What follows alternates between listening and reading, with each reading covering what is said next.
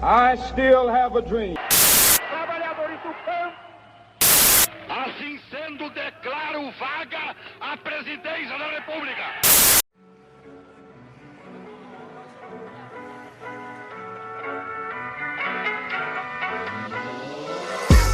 Considerado um dos maiores impérios de todos os tempos, Roma foi modelo de civilização no Ocidente durante quase 5 séculos. Com uma tecnologia, política e economia avançada, os romanos dominaram a Europa, parte da África e Ásia. Mas como os romanos conseguiram tal feito? Quais táticas de guerras eles usavam? Como funcionava sua política? Para responder estas e outras perguntas, o Pod História de hoje conversará com o historiador Rafael, especialista em história de Roma Antiga. Meu nome é João Marcos. Pegue seu lápis, seu caderno e prepare-se, porque o Pod História está começando.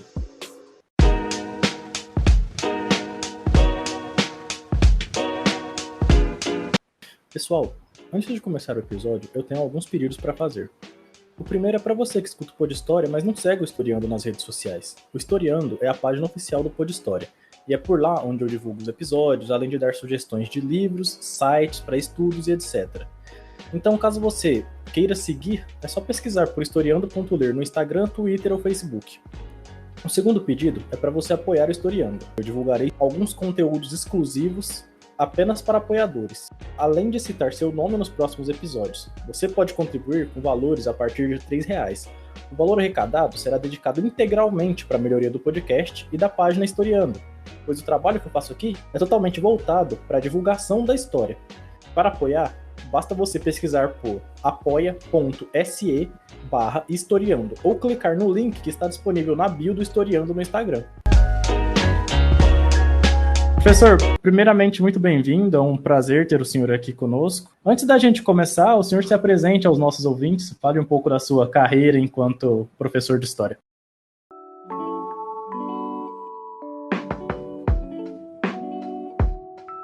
Olá todo mundo, olá João Marcos, muito obrigado pelo convite. É um grande prazer estar aqui participando do seu programa. Meu nome é Rafael, eu sou professor de História Antiga lá na Universidade Federal de Minas Gerais. Minha pesquisa envolve História Romana, mais especificamente as interações entre Roma e os vizinhos dela na Itália, no período em que a expansão romana estava começando, ou seja, lá por volta de 300 a 200 anos antes de Cristo.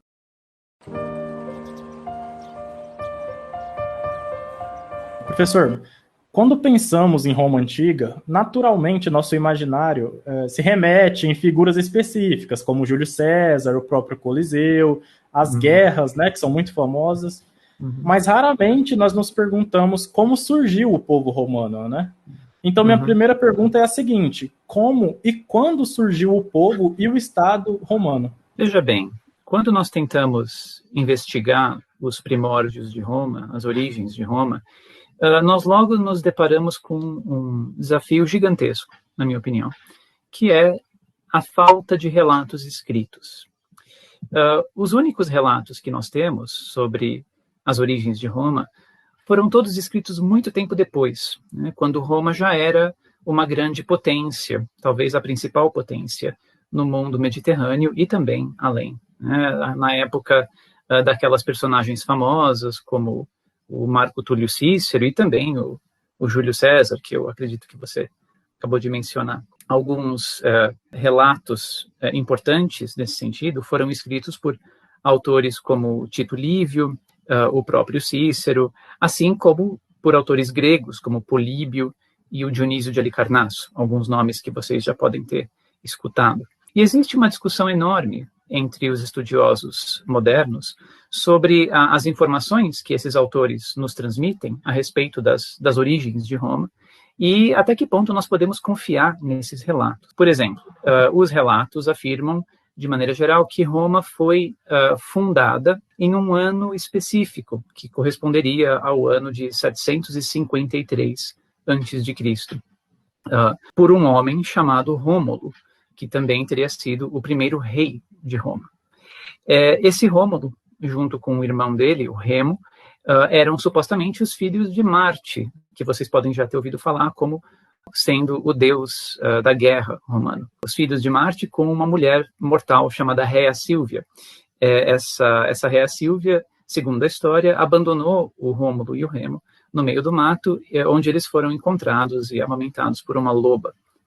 Ainda segundo a lenda, o Rômulo, já adulto, fundou a cidade de Roma como uma espécie de refúgio, né, para todos aqueles homens que não tinham um lugar que eles pudessem chamar de casa, pudessem chamar de lar, que eram perseguidos por um motivo ou outro e que estavam fugindo de algum problema. Esse tipo de história, de narrativa, é claramente lendária. Poucos estudiosos hoje em dia acreditam na história da loba, dos gêmeos, e tem muita gente que inclusive duvida que o Rômulo tenha existido. Para entender melhor o que de fato aconteceu, a gente precisa considerar a arqueologia e o que ela mostra sobre as origens, a formação de Roma. E uma coisa importante que as pesquisas arqueológicas têm revelado é que por volta do ano 750 a.C., parece mesmo ter existido um aglomerado de cabanas de pau a pique ali no Monte Palatino, onde depois viria a se desenvolver a cidade de Roma propriamente. Uma etapa fundamental nesse processo foi a criação do Fórum, o primeiro espaço verdadeiramente público de Roma. Em algum momento do século VII a.C., todas as cabanas que estavam situadas nessa área específica foram demolidas, a área foi nivelada e o chão foi pavimentado com pedra. E essa criação do Fórum Romano é considerada um acontecimento, um marco importantíssimo, porque ela indicaria, né, que Roma estava, por assim dizer, amadurecendo como comunidade, né, no sentido de que as pessoas que viviam naquele lugar estavam construindo um espaço onde elas pudessem se reunir para discutir assuntos que diziam respeito a todas elas, e não somente a uma casa específica ou uma família específica, né? Ou seja, os estudiosos veem tudo isso como um sinal de que Roma estava se transformando não só num centro urbano, como também numa comunidade política organizada, ou seja, num Estado, para usar o termo que você empregou na sua pergunta. E como você sabe, as cidades-estados, como Roma, eram extremamente comuns, tanto na Itália quanto no Mediterrâneo em geral, naquela época.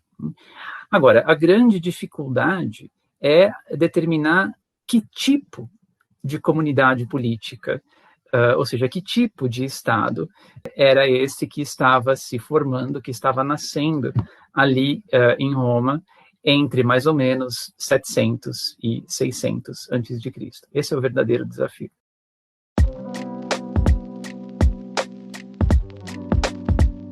Antes de se tornar uma república, Roma foi uma monarquia, né? Explique aos nossos ouvintes como funcionava o sistema monárquico romano e como ele caiu, dando lugar à república.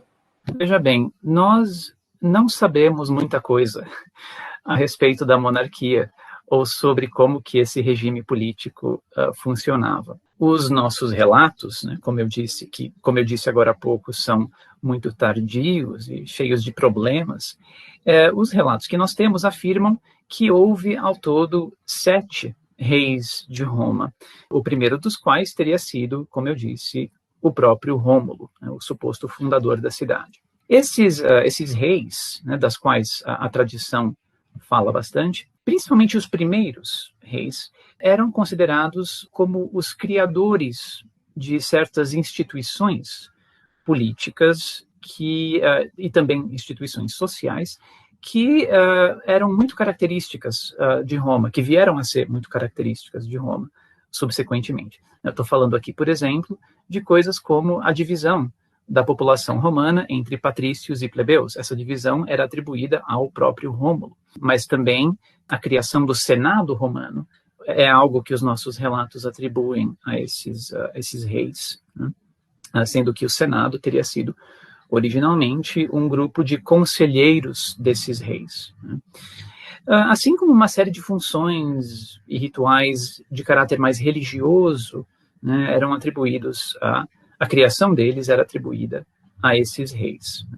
O fato é que, na prática, nós não sabemos ao certo se esses reis realmente existiram ou se eles realmente foram os responsáveis por criarem essas instituições sociais, religiosas e políticas. Provavelmente, na minha opinião, as coisas foram bem mais complicadas na realidade, mais complicadas do que isso. Há também muitas dúvidas sobre o momento em que essa suposta monarquia teria sido substituída por um regime de caráter republicano, como você mencionou na sua pergunta. Então, de acordo, mais uma vez, com os relatos que chegaram até nós, essa mudança aconteceu bem no finalzinho do século VI antes de Cristo, mais especificamente no ano de 509 antes de Cristo. O homem que era supostamente o rei de Roma naquele momento, um indivíduo chamado Tarquínio, conhecido como o soberbo, ou seja, o orgulhoso, o arrogante, ele estava aparentemente oprimindo um bocado o povo da cidade de Roma. E, aparentemente, a gota d'água veio quando o filho desse rei Tarquínio violentou uma mulher chamada Lucrécia, né, que pertencia a uma família nobre romana muito importante. Essa Lucrécia teria ficado tão envergonhada por ter sido violentada que ela acabou cometendo suicídio. Por causa disso, de acordo com a história, os homens, os parentes masculinos da Lucrécia, se revoltaram e decidiram expulsar o Tarquínio de Roma, toda a família dele, e no processo acabarem com a monarquia de uma vez por todas. Então, embora essa seja mais uma daquelas histórias meio lendárias, né, sobre as quais a gente não sabe ao certo o que é confiável e o que não é, ela, entretanto, ela parece conter alguns elementos que podem ser verídicos do ponto de vista histórico.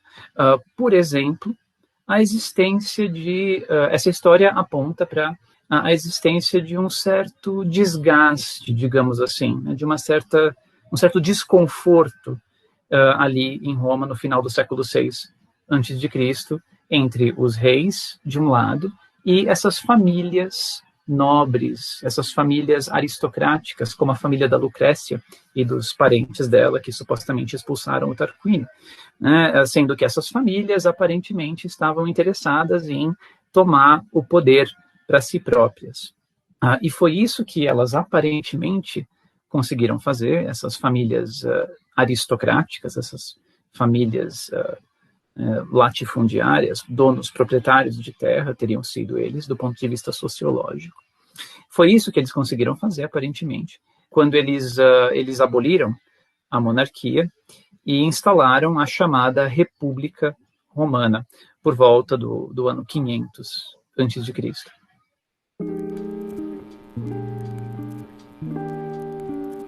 A política romana teve como principal característica o modelo de república, certo? Explique aos nossos ouvintes como funcionava a República Romana, como ocorriam as eleições, quanto tempo um político poderia ficar no cargo e quem poderia se candidatar.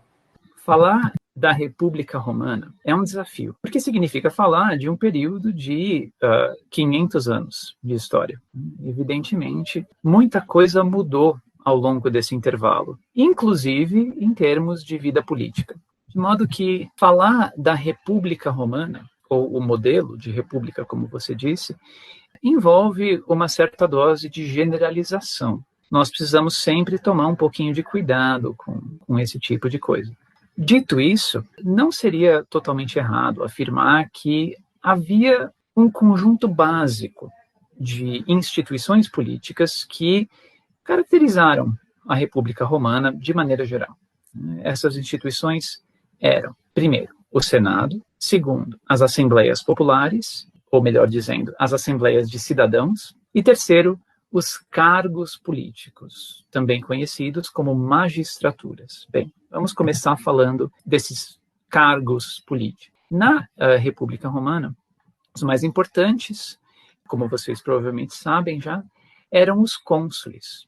E normalmente havia 2 cônsules eleitos por ano, sendo que esse mandato podia ser renovado.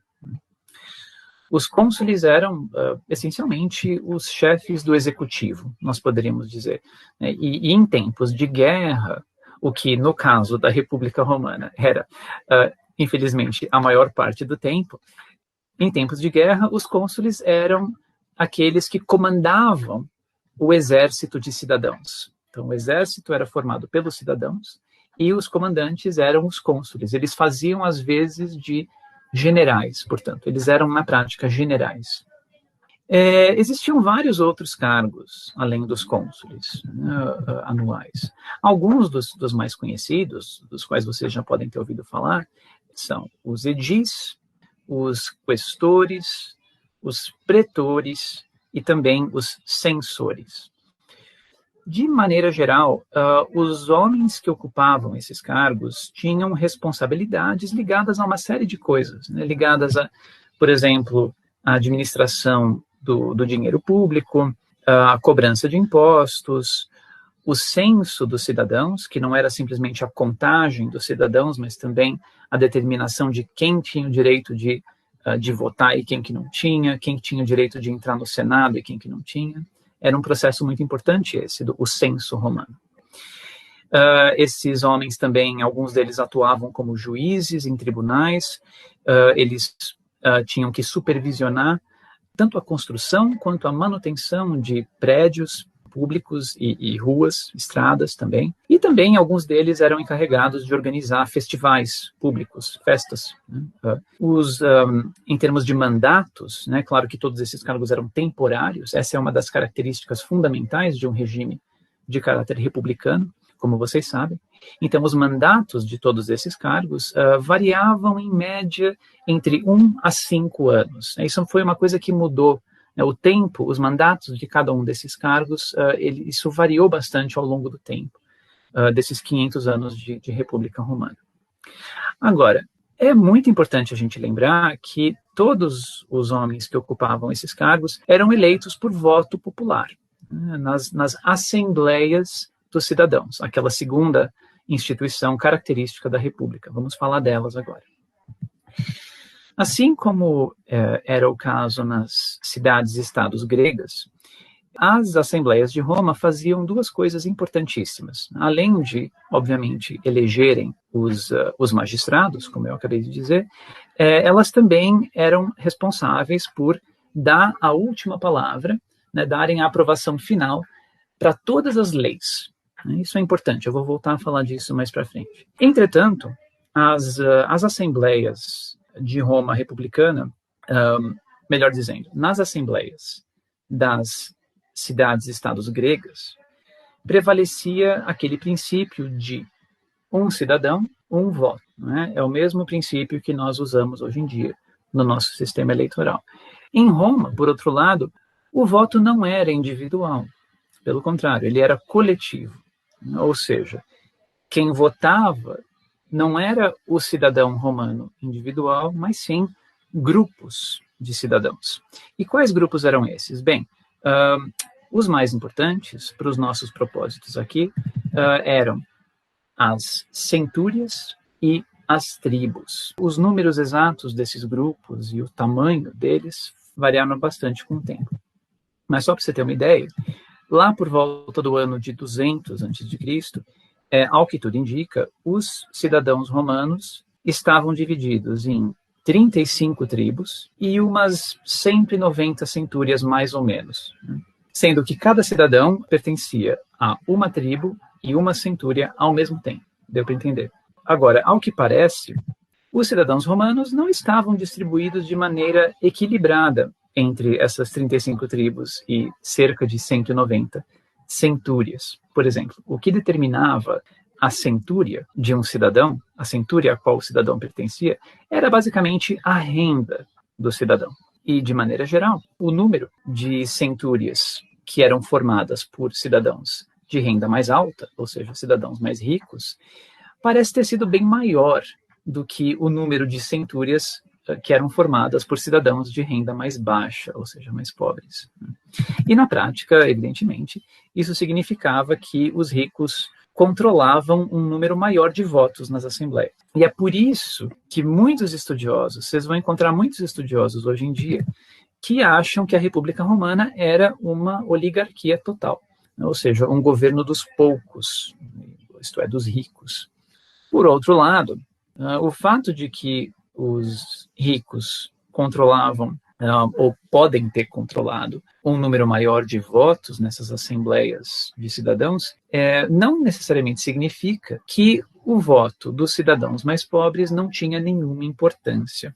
A gente bem sabe, por exemplo, que algumas votações, especialmente aquelas que são mais polêmicas, que acabam dividindo o eleitorado, a gente teve algumas dessas recentemente, votações como essas acabam sendo decididas, às vezes, por um número bem pequeno de votos, que podem ir tanto para um lado quanto para o outro.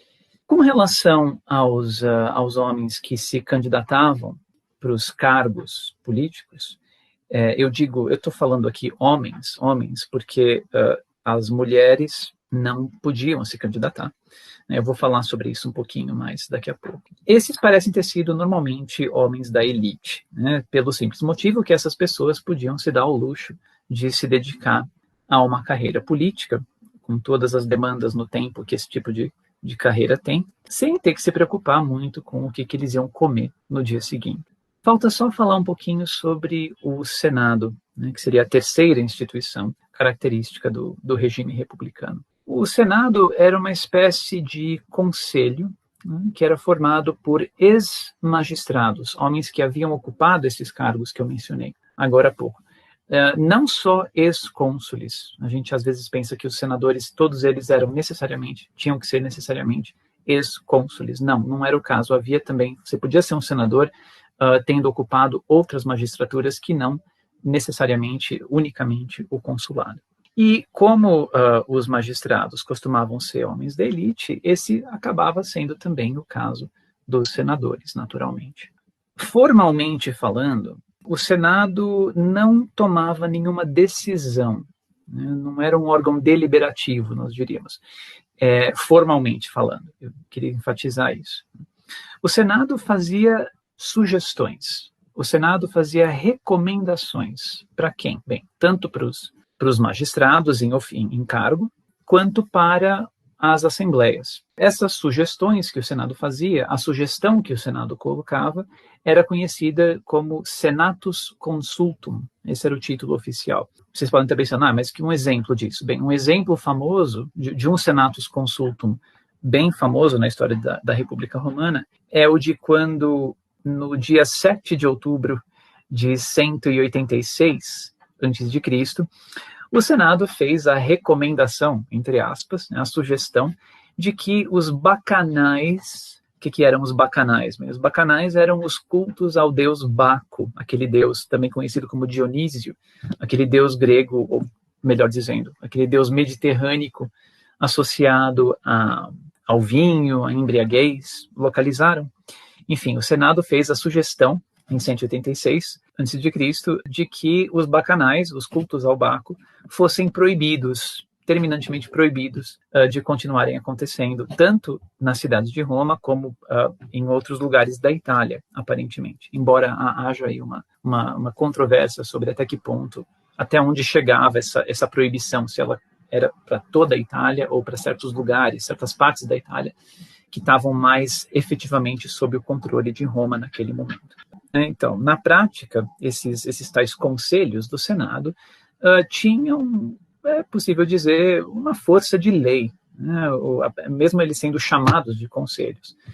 O poder, na prática, do Senado era muito forte, e ele foi ficando forte, cada vez mais forte, no decorrer da República. É interessante, né? Lembra que eu falei no começo que a República ela é uma coisa que vai mudando com o tempo, e uma das coisas que mudam é esse poder do Senado que vai ficando cada vez maior, sobretudo no que se referia a questões de política, o que nós chamaríamos de questões de política externa, ou seja, relações entre Roma e os seus vizinhos, principalmente nos séculos 3 e 2 a.C. Essa parece realmente ter sido a idade de ouro do Senado republicano.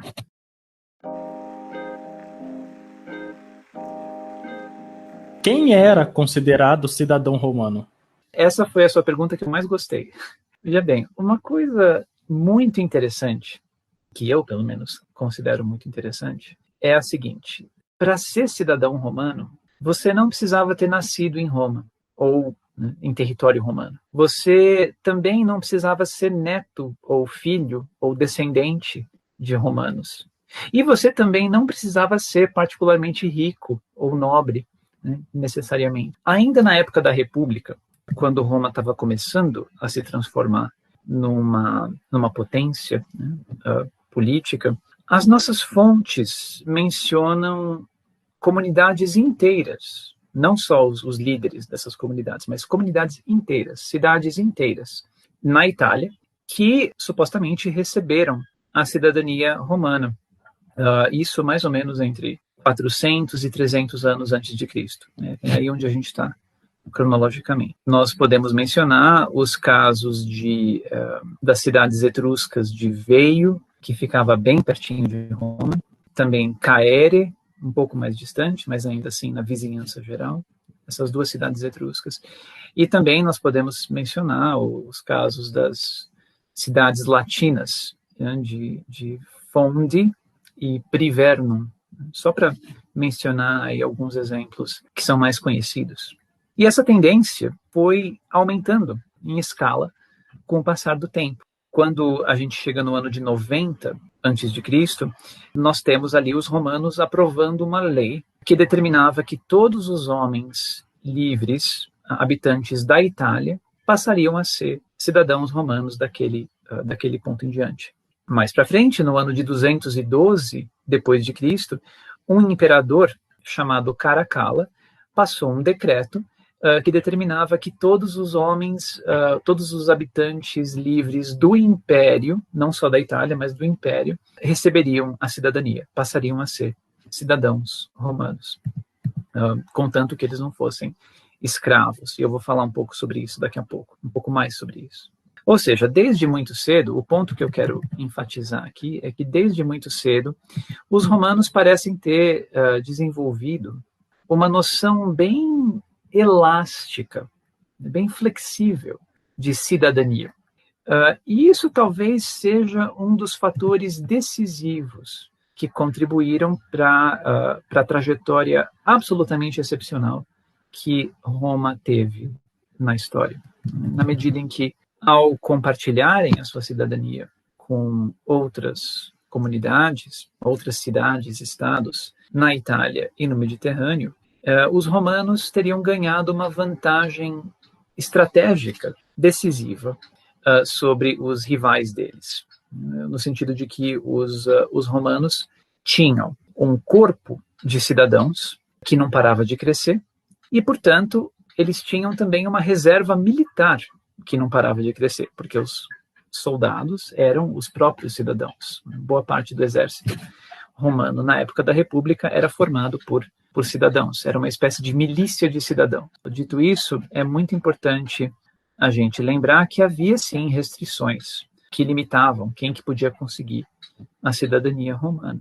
Como eu acabei de mencionar, os escravos não podiam ser cidadãos. Muito embora a gente saiba de vários casos de indivíduos escravizados que conseguiram obter a sua liberdade, às vezes comprando, às vezes sendo concedida pelos seus patrões. Então, esses indivíduos, eles conseguiam a liberdade e, logo em seguida, obtinham a cidadania. Então, a transição podia ser feita. A gente não sabe quão frequentes eram esses casos, quão comuns eram esses casos. Eles não parecem ter sido totalmente incomuns, digamos assim.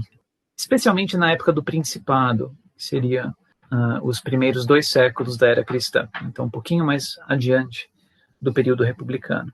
Havia também restrições de gênero, e a gente começou a nossa discussão falando um pouco sobre isso, a gente pode encerrar também, lembrando que, via de regra, as mulheres romanas não podiam ocupar cargos públicos ou votar nas assembleias.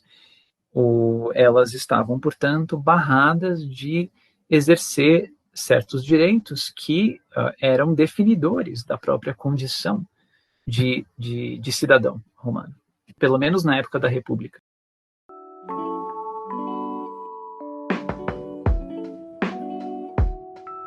Geralmente, os mais ricos conseguiam ter uma influência maior na política de determinado local, né? Aconteceu no Egito Antigo, aconteceu na Idade Média e acontece hoje também, inclusive. Em Roma, os ricos também detinham um grande poder político. Entretanto, em determinado período, as camadas populares de Roma conseguiram ter certa voz na política. Como as classes mais pobres de Roma conseguiram ter essa voz? As assembleias já davam uma certa participação política para os cidadãos que eram menos abastados, menos favorecidos.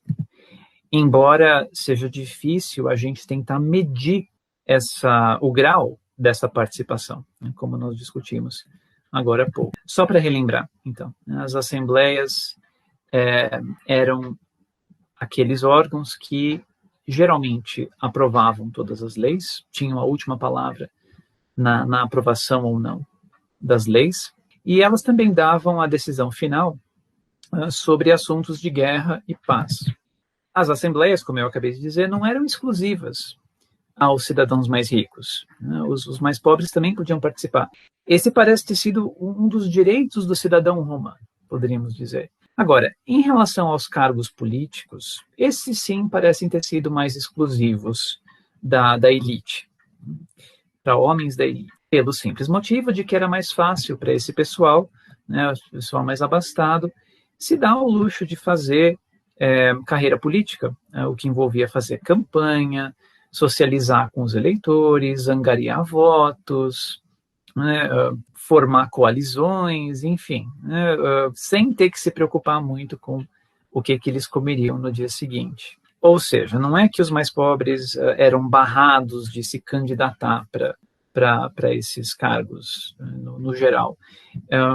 É mais que acabava sendo uma coisa não muito prática para a maior parte da população. Dito isso, os estudiosos estão mais ou menos de acordo que as camadas populares romanas conseguiram, sim, uma participação política mais expressiva no decorrer da República. E esse processo teria, talvez, atingido o seu ápice, teria culminado no período aí entre 200 e 150 a.C. Um passo inicial nesse movimento foi a criação dos tribunos, algo que aconteceu, aparentemente, ainda no comecinho da República. Basicamente, esses tribunos, né, os tribunos da plebe, eram um tipo especial de magistrado, um tipo especial de cargo político. A função principal dos tribunos era impedir que os outros magistrados, os cônsules, por exemplo, cometessem abusos de autoridade, o que parece ter sido um problema relativamente comum na sociedade romana do período republicano. Essa ideia de impedir o abuso de autoridade era uma das principais funções dos tribunos. Por exemplo, acontecia às vezes de um cônsul convocar um alistamento geral dos cidadãos. Essa era uma das prerrogativas do cônsul. Era o cônsul que fazia a convocação, fazia o alistamento, né, no momento em que guerra tinha sido declarada ou as forças tinham que ser reunidas por algum motivo.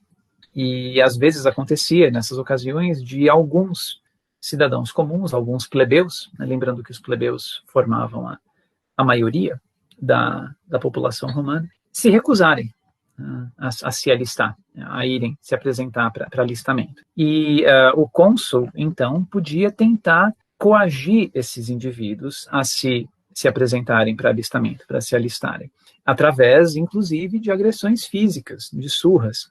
E numa situação dessas, cabia ao tribuno impedir que o cônsul, impedir que esse abuso de autoridade acontecesse, o que às vezes significava o tribuno se colocar fisicamente entre o cônsul e o cidadão que estava sendo coagido. Um outro marco importante nesse processo de inclusão política da população, digamos assim, veio aparentemente no ano de 287 a.C., quando ficou decidido que as decisões do Conselho da Plebe, que eram chamadas de plebiscitos, teriam força de lei e se aplicariam não só aos plebeus, mas à população romana como um todo.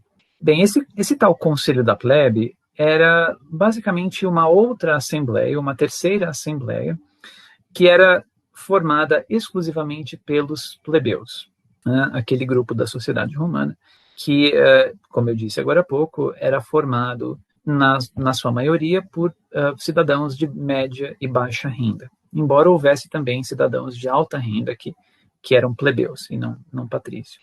Entretanto, é importante a gente lembrar, com relação a esse episódio de 287, né, foi uma lei que foi aprovada naquela ocasião, uma lei chamada Lex Hortensia, porque o indivíduo que propôs essa lei e que promoveu ela na Assembleia das Centúrias se chamava Hortensius, e os romanos tinham esse hábito de batizar as leis em referência ao nome do indivíduo que tinha proposto elas, ou aprovado. Então, a Lex Hortensia gera muitas perguntas, né? Essa lei que fez com que as decisões do Conselho da Plebe, dessa Assembleia da Plebe, tivessem força de lei e se aplicassem à população romana como um todo. Você pode estar pensando, puxa, então isso foi o que precisava ser, né? Foi a cartada decisiva da população. Bem, talvez não tenha sido tanto assim a coisa, porque veja só, é importante a gente lembrar de duas coisas. Primeiro, não é claro se e em que medida essas decisões do Conselho da Plebe precisavam ou não do aval do Senado para que elas pudessem efetivamente entrar em vigor, percebe? Em segundo lugar, as nossas fontes, que, como eu disse no começo, são geralmente textos escritos muito tempo depois, que têm um problema de retrospectiva, etc. De todo modo, as nossas fontes sugerem que as leis, né, que o Conselho da Plebe passou a ser capaz de criar, de 287 em diante, eram talvez menos pesadas, tinham um peso político menor, talvez, comparadas às leis que a Assembleia das Centúrias aprovava. A gente já falou sobre a Assembleia das Centúrias agora há pouco. Parecem ter sido essas leis que o Conselho da Plebe ficava encarregado de propor e de aprovar, parecem ter tido mais a ver com, né, o que nós chamaríamos de direito privado, questões privadas, e não tanto questões públicas de importância, né, mais geral para a comunidade.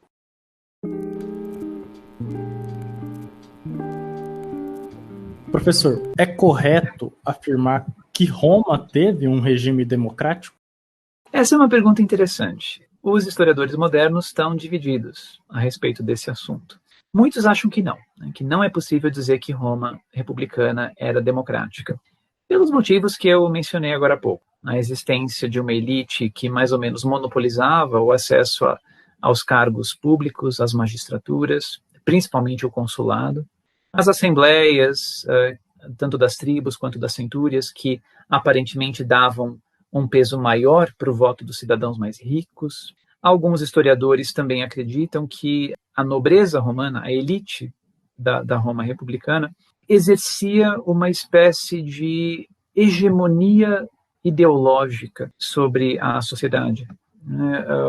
Basicamente, a ideia é que essa elite republicana conseguia projetar uma imagem de si mesma que era muito positiva e que era aceita por boa parte da população. Essa autoimagem envolvia certos ideais que eram muito importantes na cultura romana da época, como, por exemplo, o ideal de coragem, que os romanos chamavam de virtus, que deu em português a nossa palavra virtude. Né?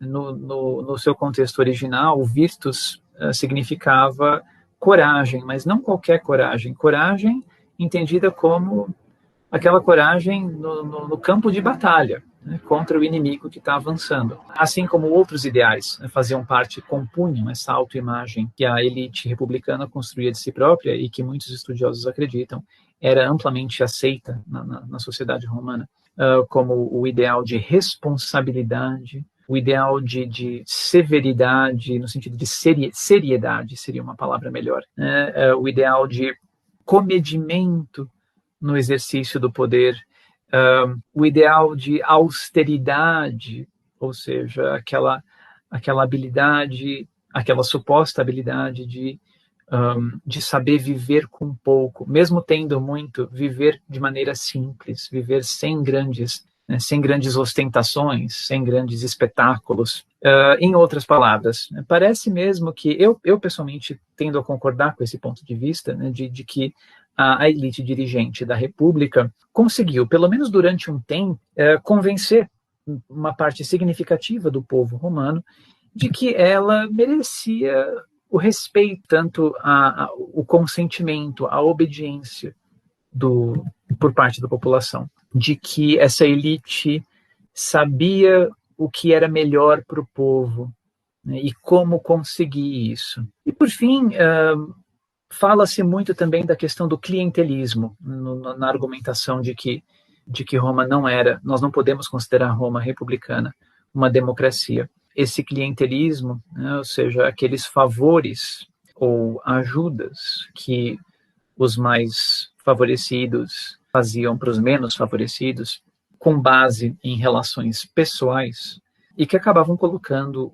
os mais pobres na posição de terem que devolver o favor, retribuir o favor. Ou seja, esses favores podiam assumir várias formas, desde apoio financeiro, apoio material, até o que nós poderíamos chamar de assistência jurídica corrupta, né? Era o caso de que os nobres costumavam eles próprios serem juízes, eles ocupavam aqueles cargos onde eles tinham o poder de julgar certas disputas, né, tanto privadas quanto públicas. Então eles eram juízes, ou então eles eram amigos de juízes. Então, se você é o amigo do juiz, às vezes você pode quebrar um galho para o seu vizinho mais pobre que está com um processo nas costas, né? Só que esse tipo de coisa levava a uma situação de dependência, criava laços de dependência entre o pessoal de média e baixa renda e o pessoal de renda mais alta, que tinha mais recursos. Então, é mais ou menos o tipo de dinâmica que a gente conhece na nossa sociedade brasileira como coronelismo. É uma metáfora que é útil, na minha opinião, nesse caso. Enfim, então esses são os argumentos que normalmente são apresentados por aqueles que acreditam que a República Romana não pode ser considerada uma democracia, de maneira alguma. Por outro lado, há quem pense que a República tinha sim, ou teve em determinados momentos da sua duração, alguns elementos democráticos. E aqui tem um historiador inglês muito importante, chamado Fergus Millar, Millar, que é um bom exemplo de alguém que adota esse ponto de vista. Nas décadas de 80, 90 e mesmo nos anos 2000, ele escreveu vários artigos, vários livros, onde ele tentava mostrar que, embora a República Romana não fosse tão democrática, poderíamos até dizer, tão radicalmente democrática quanto a cidade de Atenas, por exemplo, no século V e IV a.C., ainda assim, a República Romana não teria sido uma oligarquia total, como querem outros estudiosos. O Millar enfatiza, por exemplo, o fato de que todas as leis tinham que passar pela aprovação das assembleias, e as assembleias estavam abertas a todos os cidadãos, como a gente acabou de ver. Evidentemente, as assembleias tinham o poder de rejeitar propostas de leis, sem contar que eram também as assembleias que decidiam questões de política externa, né? Se a guerra seria declarada ou não, se uma guerra deveria terminar e um tratado de paz deveria ser proposto ou não com determinado inimigo. Ou seja, são questões importantes, não é coisa supérflua. Agora, vocês podem estar pensando, muito depende de como que nós entendemos o funcionamento dessas assembleias. E aqui eu estou me referindo às assembleias das centúrias e das tribos, né? E até que ponto essas assembleias efetivamente davam oportunidade para que a população exercesse algum poder de decisão, de tomada de decisão, que fosse minimamente significativo para a comunidade. Como nós acabamos de ver, tem muita coisa que nós não sabemos a respeito dessas assembleias republicanas e como que elas funcionavam. Por esse motivo, a questão ainda está em aberto.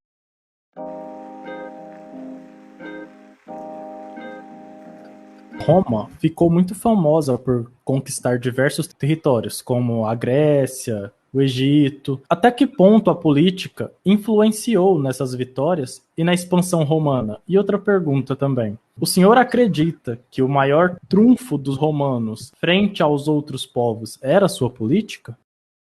Então, depende do que você entende por política aqui na sua pergunta. E também a qual política romana você está se referindo. Veja só, uma pergunta muito parecida com essa que você acabou de fazer já estava sendo colocada por um homem chamado Políbio, que viveu entre 200 e 120 a.C., mais ou menos. Ele viveu justamente na época em que os romanos estavam começando a conquistar não só a Grécia, que era de onde o Políbio vinha, como também o Mediterrâneo no geral. O Políbio achava que Roma tinha conseguido conquistar todos os povos do mundo conhecido, ele usa expressões semelhantes a essa, porque os romanos tinham uma força que vinha da união. Então, segundo ele, o segredo dessa união muito forte entre os cidadãos romanos, união que ele enxergava entre os cidadãos romanos, era o sistema político que eles tinham inventado lá atrás, no século VI, no final do século VI a.C., quando o último rei, o Tarquínio, tinha sido expulso. Então, estou me referindo aqui ao sistema republicano, que nós estivemos discutindo agora nos últimos minutos. Para o Políbio, veja só, o grande trunfo estava na maneira como a república conseguia equilibrar o poder de grupos diferentes que formavam a sociedade romana, principalmente a nobreza de um lado e o povo comum de outro. O Políbio via Roma republicana, a Roma que ele conheceu, né, como uma espécie de mistura ideal, uma mistura ideal de monarquia, oligarquia e democracia. Ele pega essas três categorias muito típicas do pensamento político grego, eram naquela época, então ele conhecia muito bem, né, essas definições, e ele diz que Roma é uma mistura ideal desses três tipos diferentes de governo. É aquilo que ele chamou, um tanto famosamente, de Constituição Mista, a Constituição Mista dos romanos. Para o Políbio, essa tal Constituição Mista tinha o grande mérito de não favorecer excessivamente nenhum grupo específico da sociedade, né? Nenhum grupo sobre as custas dos outros. E isso, segundo ele, teria criado uma harmonia excepcionalmente forte entre os romanos. Era uma situação que ele, Políbio, pelo menos via como ideal. E ele contrastava isso com a situação de cidades como Atenas, por exemplo. O Políbio pensava que Atenas tinha, de certa forma, fracassado porque a democracia ateniense, aquela que hoje em dia é bastante estudada, atrai bastante a nossa curiosidade, o Políbio não era tão grande fã assim da democracia ateniense, porque, segundo ele, tinha sido a democracia ateniense que acabou favorecendo demais os pobres em detrimento dos nobres e dos ricos atenienses. Percebe que, então, no raciocínio que ele faz, isso foi ruim para Atenas porque dividiu a sociedade ateniense e, portanto, enfraqueceu Atenas como cidade. Percebe? Esse é o raciocínio dele, né? Não é o meu. Mas já os romanos, segundo Políbio, não tinham caído no mesmo erro que os atenienses, e por isso eles foram bem-sucedidos. Diferente do Políbio, que, só para lembrar, estava escrevendo tudo isso lá atrás, por volta de 150 a.C., momento justamente em que Roma estava despontando como superpotência do Mediterrâneo. Diferente do Políbio, muitos estudiosos hoje em dia estão convencidos de que o trunfo, por assim dizer, dos romanos era a facilidade com que eles conseguiam incorporar inimigos ou rivais deles. Essa incorporação era feita de diversas maneiras, tanto pela concessão de cidadania romana, já falei um pouquinho sobre isso, quanto também através da formação de alianças. Agora, essas comunidades que passavam a ser aliadas de Roma, que viravam aliadas de Roma, tinham uma grande obrigação. Elas precisavam lutar ao lado de Roma nas guerras em que Roma se envolvia. Tinham que apoiar Roma nas suas guerras. E aí você pode estar pensando, mas Rafael, e o que os aliados ganhavam com isso? Por que eles entravam nessa? Bem, eles tinham aparentemente uma série de vantagens. Entre elas, o acesso à parte do butim de guerra, dos espólios de guerra, e também, possivelmente, a parte das terras que Roma conquistava, né, ao ser vitoriosa nessas guerras.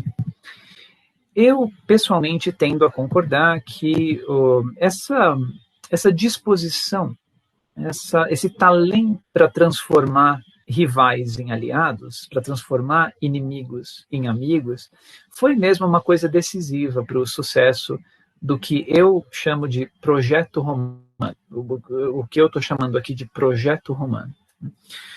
Ou seja, os romanos aparentemente sabiam, eles tinham um talento para saber chegar naquele equilíbrio entre cobrança e recompensa, né, no que se referia aos aliados deles.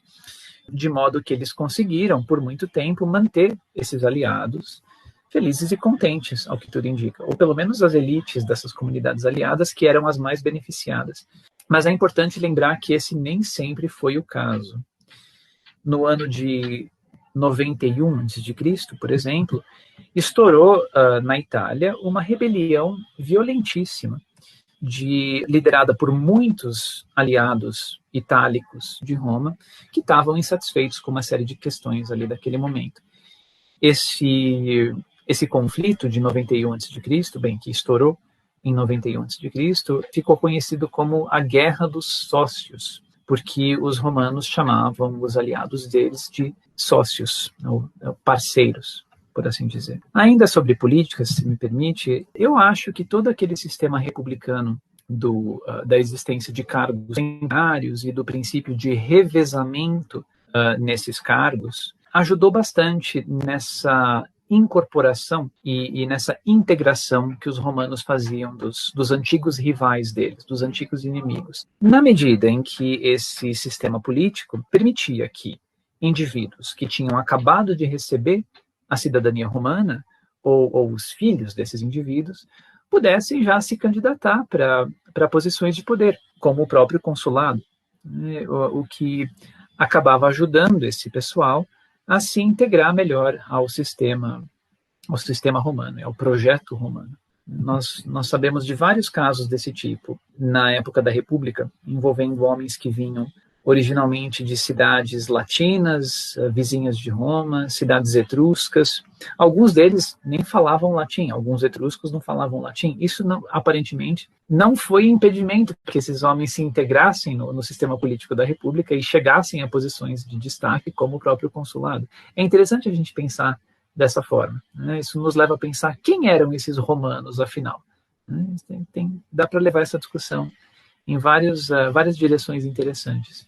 De todo modo, o que eu queria enfatizar aqui, só para terminar minha resposta para essa pergunta, é que o sistema político, o sistema republicano, parece ter funcionado de tal maneira que dava oportunidades reais para que esses novos romanos pudessem chegar até o topo da hierarquia, né, e colher todos os benefícios que esse tipo de posição oferecia, como, por exemplo, fama, riqueza, tanto para si próprios quanto para suas famílias.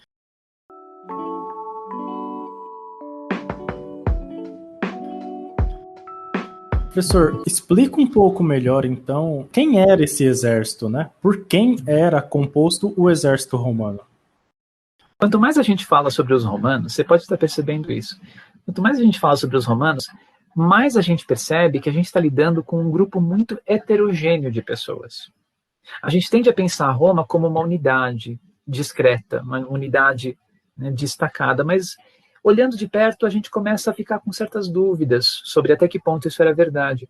Porque esses romanos, na verdade, são pessoas que vêm da cidade de Roma, mas também pessoas que vêm de fora. Vocês já devem estar percebendo isso, você e os seus os seus ouvintes. Então é interessante mesmo a gente pensar sobre isso. E o exército é um exemplo muito bom, porque, veja bem, na época da República, quando ocorreu a chamada expansão ou conquista romana do Mediterrâneo, os exércitos romanos eram formados por dois contingentes principais. De um lado, os cidadãos romanos de sexo masculino e de idade militar, o que na época da República significava 17 anos, mais ou menos, embora isso nem sempre, às vezes a gente encontra pessoas mais jovens servindo no exército, especialmente em momentos de crise militar, como a Segunda Guerra Púnica. Mas, via de regra, 17 anos parece ter sido a idade de início de serviço.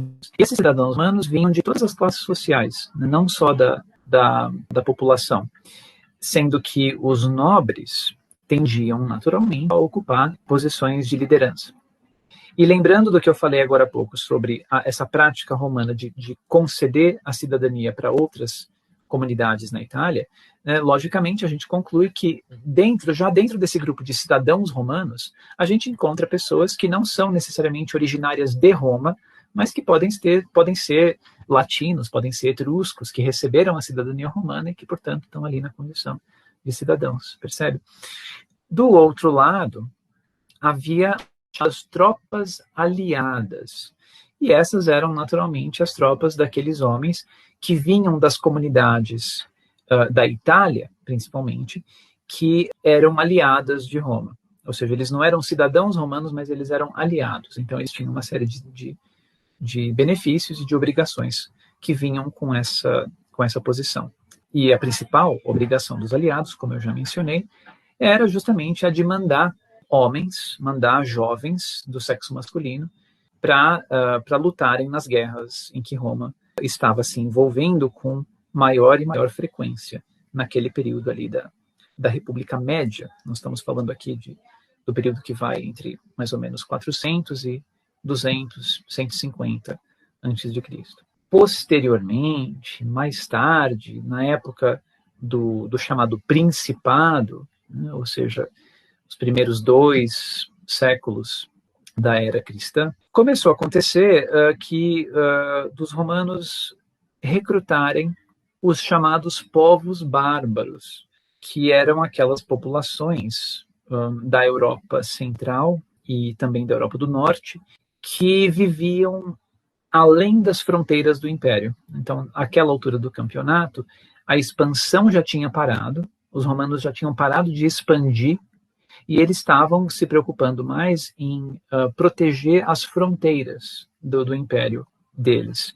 E essa prática de recrutar bárbaros, chamados bárbaros, que vinham de fora, de além das fronteiras, começou a ficar cada vez mais comum, mais ou menos a partir do século II da era cristã, do século II em diante. Então isso foi uma espécie nós poderíamos dizer, que foi uma espécie de terceirização do serviço militar romano. E parece que muitos desses chamados bárbaros, alguns estudiosos tentam evitar usar essa terminologia, que evidentemente é pejorativa.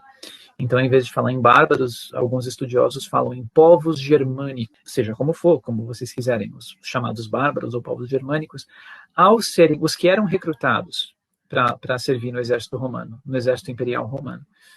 Ao serem dispensados como veteranos, supondo que eles conseguissem sobreviver até isso, ao serem dispensados, muitos deles parecem ter conseguido a cidadania romana como uma espécie de recompensa. Mas, mais uma vez, é difícil a gente tentar quantificar esses casos, mas a gente sabe que eles aconteciam.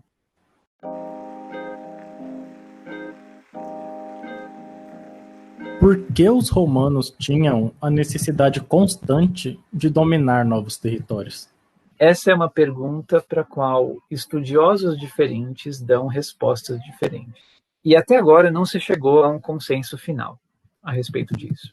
Alguns acham que o motivo principal foi pura e simplesmente a ganância, a sede insaciável de enriquecimento cada vez maior dos romanos, mais especificamente da elite dirigente romana, que teria visto na expansão, ainda na época republicana, uma oportunidade imperdível, né, de enriquecimento fácil, tanto através do saque dos espólios de guerra, como também através do comércio, né? Se eu incluo aqui o comércio de seres humanos escravizados, né, o tráfico de escravos, como também através da exploração pura e simples de recursos naturais, a cobrança de impostos e de tributo dos povos derrotados. Tem uma lista aí um tanto deprimente de práticas de predação econômica que os romanos realmente fizeram.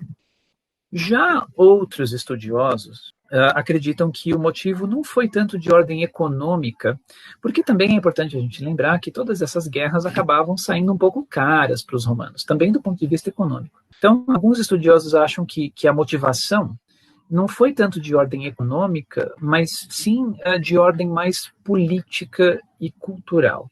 Por exemplo, o William Harris, que é um historiador romanista importantíssimo, que até recentemente era professor na Universidade de Colômbia, nos Estados Unidos, ele escreveu um livro em 1979, onde ele argumentou que Roma guerreava constantemente com os vizinhos dela, primeiro na Itália e depois no Mediterrâneo, porque os nobres romanos precisavam se mostrar para a população como bons guerreiros, porque era assim que eles conseguiam o respeito e, o que era mais importante, os votos da população.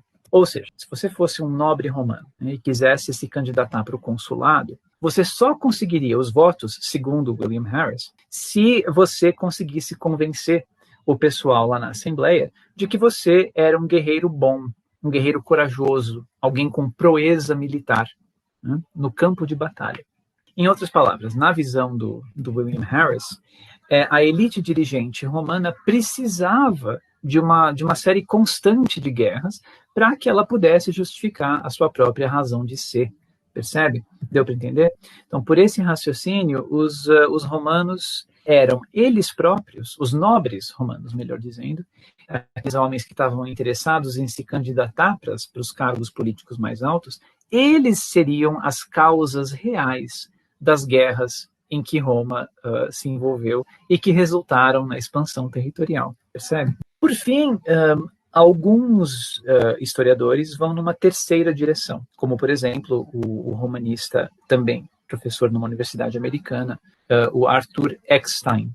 Então, o Arthur Eckstein e outros argumentam que essa necessidade a qual você se referiu, né, João Marcos, a necessidade de Roma conquistar territórios e guerrear constantemente, para o Eckstein, isso tinha a ver com a questão da autodefesa, principalmente. A necessidade de segurança por parte dos romanos, de se protegerem contra vizinhos que eram bem agressivos. Muita gente tem uma certa dificuldade de aceitar esse tipo de explicação, porque eles pensam, bem, Roma era tão forte, tão agressiva, será que havia mesmo alguém ali, algum país, alguma cidade no Mediterrâneo que realmente representava uma ameaça para Roma? Será que era esse mesmo caso? Bem, para nós hoje em dia, olhando do conforto da nossa retrospectiva, pode parecer que não, que ninguém podia fazer frente a Roma. Mas, olhando de perto, eu, pelo menos, tendo a achar que alguns desses rivais que Roma enfrentou lá no Mediterrâneo eram realmente mais fortes, eram fortes e agressivos. Por exemplo, em 270 a.C., Cartago era uma cidade no norte da África que era tão velha quanto Roma e que tinha ela própria uma espécie de império em formação, um império em crescimento ali no Mediterrâneo Central. Para não falar que Cartago também tinha um poderio militar considerável naquele momento. O mesmo pode ser dito sobre o reino da Macedônia, em 200 a.C., e também o reino Seleucida, que ia da Turquia até o Irã, para você ter uma ideia. Ambos, tanto a Macedônia quanto o reino Seleucida, eram estados muito fortes, né, militarmente, e que eram comandados por indivíduos bastante ambiciosos. A Macedônia, em 200 a.C., foi o momento em que houve o enfrentamento com Roma, A Macedônia era governada pelo Filipe V, o rei Filipe V, de temperamento um tanto esquentado, e o reino Seleucida era liderado por um homem chamado Antíoco III, que, entre outras coisas, gostava de ser venerado como um deus na terra. Bem, esses não eram necessariamente os vizinhos mais tranquilos do mundo. No final das contas, Roma conseguiu derrotar todos esses grandes que estavam em volta dela. Mas eu acho que é um pouco equivocado dizer que a coisa já estava meio que garantida para Roma desde o começo.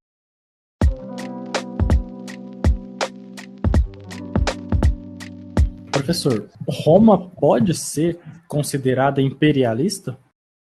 Depende muito de o que a gente entende por imperialismo. O conceito de imperialismo, como você sabe, foi criado no final do século XIX e no começo do século XX, essencialmente como uma tentativa de explicar a relação entre alguns países europeus e as suas colônias na África e na Ásia como sendo uma relação de exploração econômica perversa. Se nós tomarmos essa definição de imperialismo e tentar aplicá-la ao caso do Império Romano, algumas coisas parecem fazer sentido, enquanto que outras nem tanto, na minha opinião, pelo menos.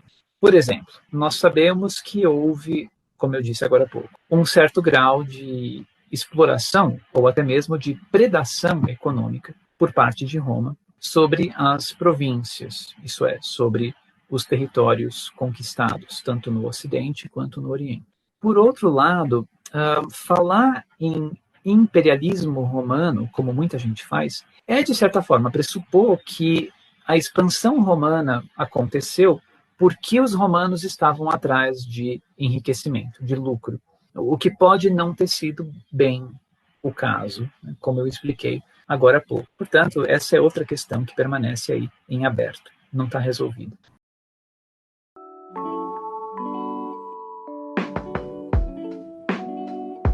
O senhor pode explicar um pouco qual foi a relação do Senado romano com os imperadores?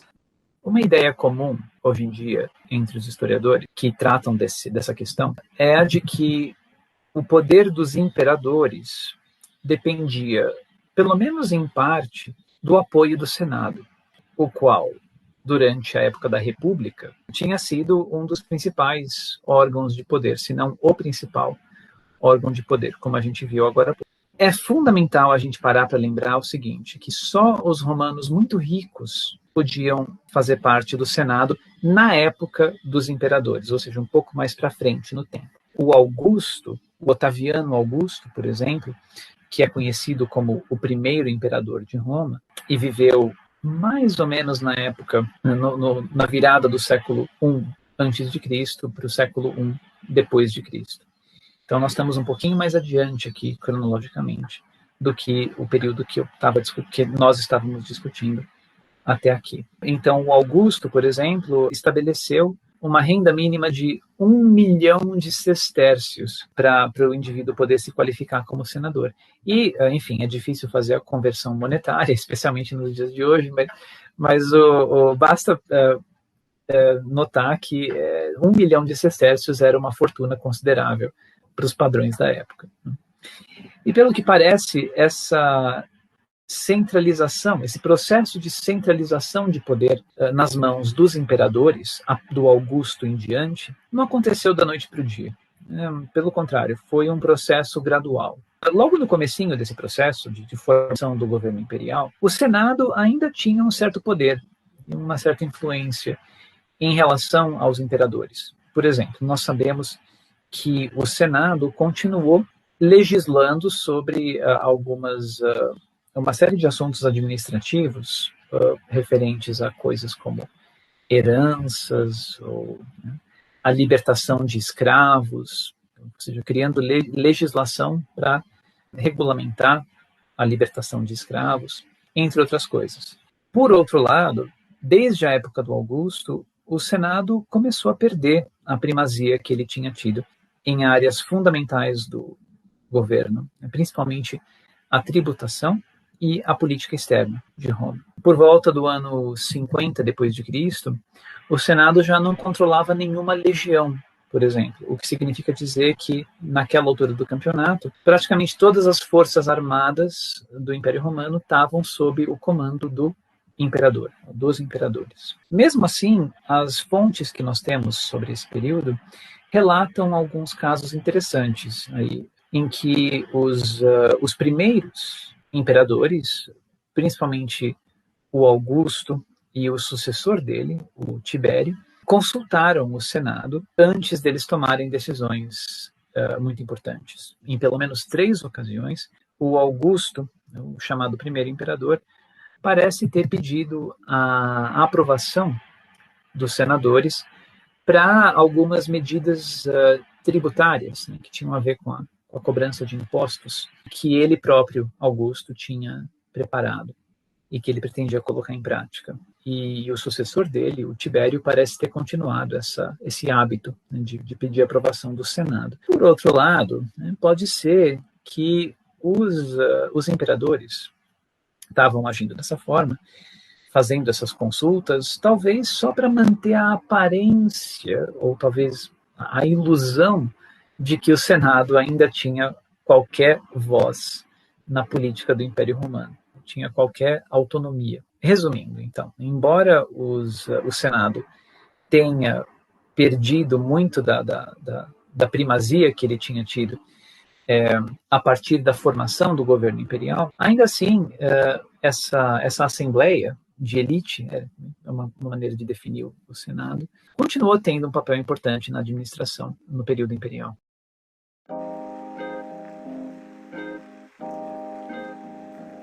Professor, para finalizar, quais dicas você dá para aqueles graduandos de História que pretendem se especializar em Roma Antiga? E quais obras você indica para quem quer iniciar os estudos sobre o Império Romano? Hoje em dia, existem vários programas de pós-graduação no Brasil com professores que estudam vários aspectos diferentes da história de Roma. Então, a minha dica é: procurem um programa de pós-graduação onde trabalhe um professor ou uma professora que especialize na temática que mais te interessa, né? Seja ela política, cultura, sociedade, religião, arte, tanto no período arcaico quanto no período republicano ou no período imperial. Então, pense sobre qual aspecto, qual período da história de Roma, que, como nós vimos, é uma história muito vasta, qual que te interessa mais, e aí procure um programa de pós-graduação onde você tenha um professor ou uma professora que trabalhe com esse aspecto da história de Roma, ou esse aspecto ou período da história de Roma que mais te interessa. É claro, estudar no exterior é sempre uma possibilidade interessante, considerando que existem grandes centros de excelência no estudo da história de Roma em países como Inglaterra e Estados Unidos. Então, vale a pena talvez dar uma olhada nisso também. Em termos de recomendações bibliográficas que você pergunta, né, textos para iniciantes, talvez as obras mais panorâmicas sejam as mais interessantes nesse sentido. 2 obras panorâmicas boas, na minha opinião, e que são relativamente recentes e que têm tradução para o português, tem tradução brasileira, são as seguintes: SPQR, da Mary Beard, e Roma, a História de um Império, do Greg Wolfe.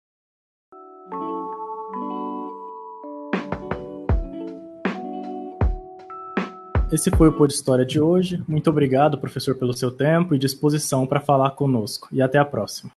Eu é que agradeço, João. O prazer foi todo meu. Muito sucesso para o seu programa e até a próxima vez.